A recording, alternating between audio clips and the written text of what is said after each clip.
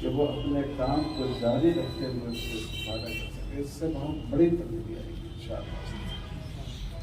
اور دوسرے اپنی اپنی جگہ مسلمانوں میں بھی بھائی چارہ قائم کریں اور ساتھ ہی ساتھ جو برادران وطن ہیں انفرادی کوششیں کرنی چاہیے, ان کو جوڑنے کی کوشش کریں. دیکھیے مدینہ میں اتنے لوگوں نے اسلام قبول کیا, کہیں کوئی جماعت نہیں گئی تھی دعوت دینے کے لیے, انفرادی کوشش ہوتی. مکے میں 300 سے زیادہ لوگ مسلمان ہوئے, کہیں کوئی جماعت نہیں گئی, انفرادی کوشش ہوتی ہے. یہ جو انفرادی کوشش ہوتی ہے اس کا اثر بہت زیادہ ہوتا ہے. آپ نے کانفرنس کی, بہت بہت تقریر ہوگی, ہر آدمی یہ سمجھتا ہے کہ اس کا مخاطب ہمارا بھروسہ نہیں. لیکن جب آپ انفرادی طور پر کسی سے بات کرتے ہیں تو وہ سمجھتا ہے کہ اس کا مخاطب میں اور صرف میں, اس کا اثر ہوتا ہے. ان مشکل حالات میں اللہ تعالیٰ کے لوگوں کو عمل کی, استقامت کی توفیق عطا فرمائے. میں 2 منٹ میں مولانا کے بعد نماز کی طرف اشارہ کر دوں. دیکھیے حالات تو ہے بہت, لیکن اس ملک پر اس سے زیادہ مشکل حالات 1857 میں آئے. آج مسلمان 1857 سے کہیں بہتر آ گئے. اس وقت آپ کے تعلیمی ادارے نہیں تھے, اس وقت آپ کی تنظیمیں نہیں تھیں. پھر بہت مشکل حالات پیش آئے 1947 میں جب ملک کی تقسیم عمل میں آئی. لیکن اگر آپ تجزیہ کریں, جائزہ لینے کے لیے بیٹھے کہ 1947 میں آپ کے دینی تعلیمی ادارے کتنے تھے اور آپ کتنے, اس وقت آپ کے ماڈرن ایجوکیشن کے ادارے کتنے تھے اور آج کتنے ہیں, اس وقت تجارت اور کاروبار میں آپ کا کیا حصہ تھا اور اب کیا ہے, اس وقت آپ کے یہاں تعلیم یافتہ لوگوں کا پرسنٹیج کیا تھا, اب کیا ہے, اس وقت ہمارے سماج میں کتنے فیصد لڑکیاں پڑھی ہوئی تھی, آج کتنے فیصد پڑھی ہوئی ہیں. تو آپ دیکھیں گے کہ ہر جگہ آپ کو خوش کرنے والا, خوش آئے تجربہ سامنے آئے. تو میری تو اپنی ذاتی رائے یہ ہے کہ ہم امت میں مایوس کچھ بات نہیں کریں گے, بالکل ہماری جان نکلنے والی ہے, بلکہ ہم ہمت اور حوصلے کی بات کریں کہ ہم ایسی امت ہیں جس میں حالات کو فیس کرنے کی صلاحیت ہے. ہمارے رسول نے حالات کو فیس کیا, صحابہ نے حالات کو فیس کیا. اس ملک میں ہم نے حالات کا مقابلہ کیا, اور حالات کچھ بھی ہوں گے, کوئی طاقت ہمارے ایمان کے قدم کو میں کوئی ڈگمگاہٹ کر رہا.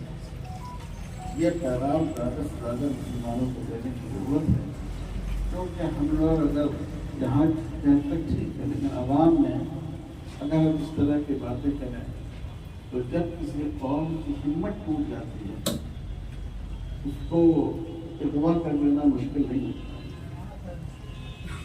ہمت قائم رہتی ہے تو اس سے قوم اپنے مشکل حالات سے باہر آتی ہے. جب بھی ارتداد کا فتنہ ٹوٹا ہے اسی وقت ٹوٹا ہے تو مسلمانوں کی ہمتیں بہت ٹوٹی. تو اس لیے ہمیں ہرگز گھبرانا نہیں چاہیے, عزم رکھنا چاہیے کہ حالات جو کچھ ہوں ان کا مقابلہ کرتے رہیں گے, اور انشاءاللہ ان آزمائشوں سے زیادہ بہتر صورت میں باہر سکیں گے. اللہ تعالیٰ ہم سب کو توفیق عطا فرمائے.